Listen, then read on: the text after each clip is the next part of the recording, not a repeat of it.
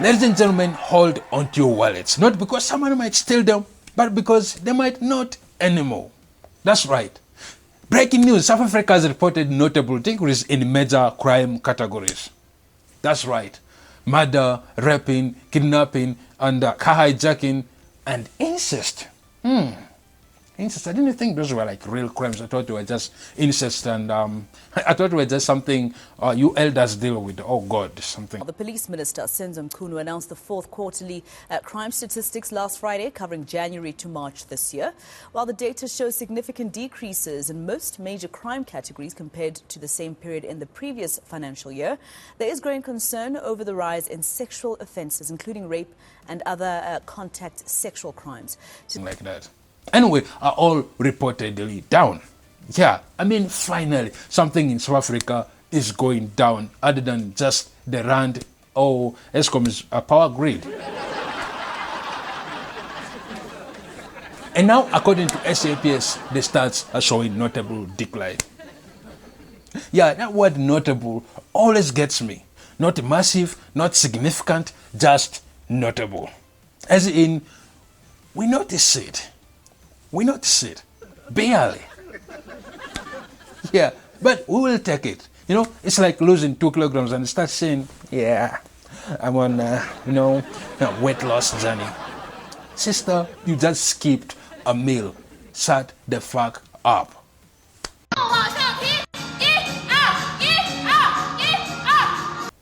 But let's give credit where credit is due. You know, South African crime is tired.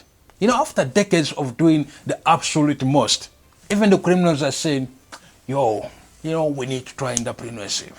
I heard there's money in Forex, Yeah.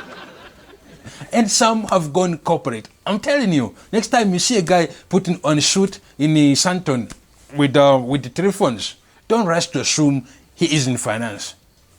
He is just a reformed hijacker learning crypto. All right?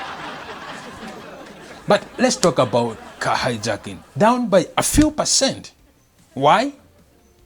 Yeah, because the fuel price is so high, even, criminals are budgeting. Yeah, they're like, yo, chief, I was going to hijack, a BMW. But do you have any idea how much it costs to fill that thing up? I think we're going to go with, maybe we'll go with tires. Or City Golf. The economical targets. And these days, the criminals don't even run after the crime. Yeah, they walk because the Bolt charges are so wild, and the Uber only arrives when you least need it. Yeah.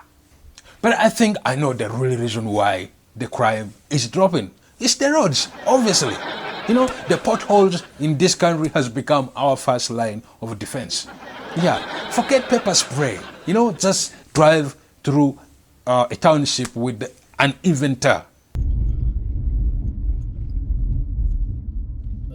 You're basically in a tank. Yeah. And hijackers can't even keep up anymore. They run after you, twist the ankle in a pothole, and they go, no bro, we'll catch you in the next street. Good luck with your socks. And of course the SAPS is celebrating, and they're like, we have reduced the crime through our proactive and strategic interventions.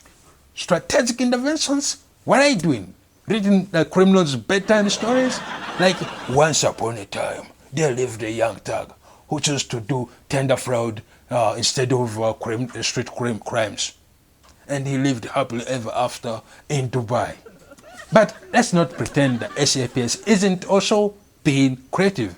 You report a break-in and they send you a WhatsApp case number. Not a team, not a patrol car, just a emoji reading. Sorry, chief. We're out. It's bad when your case number has a blue tick, but no actions. Yeah. And now, don't be fooled. Major crimes may be down, but the minor crimes are doing overtime. Yeah, fraud, scam.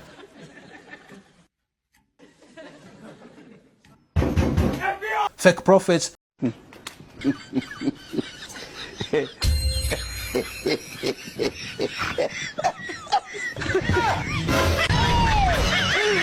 And forex traders with the goods belts and zero returns have evolved. We have moved from street level crime to Wi-Fi enabled, robbery. Yeah. And even your grandma is getting texts like, "Hello mama, you've won a Toyota Corolla. You just deposit 500 rands for full delivery." Yeah, and grandma doesn't even drive, but she's tempted. Why? Because the Corolla comes with free meat for Sunday lunch. Yeah. Crazy, crazy, crazy. And have you noticed? The prisons are also full. Yeah, criminals are being told, "Listen, go home, we'll call you when the space opens up.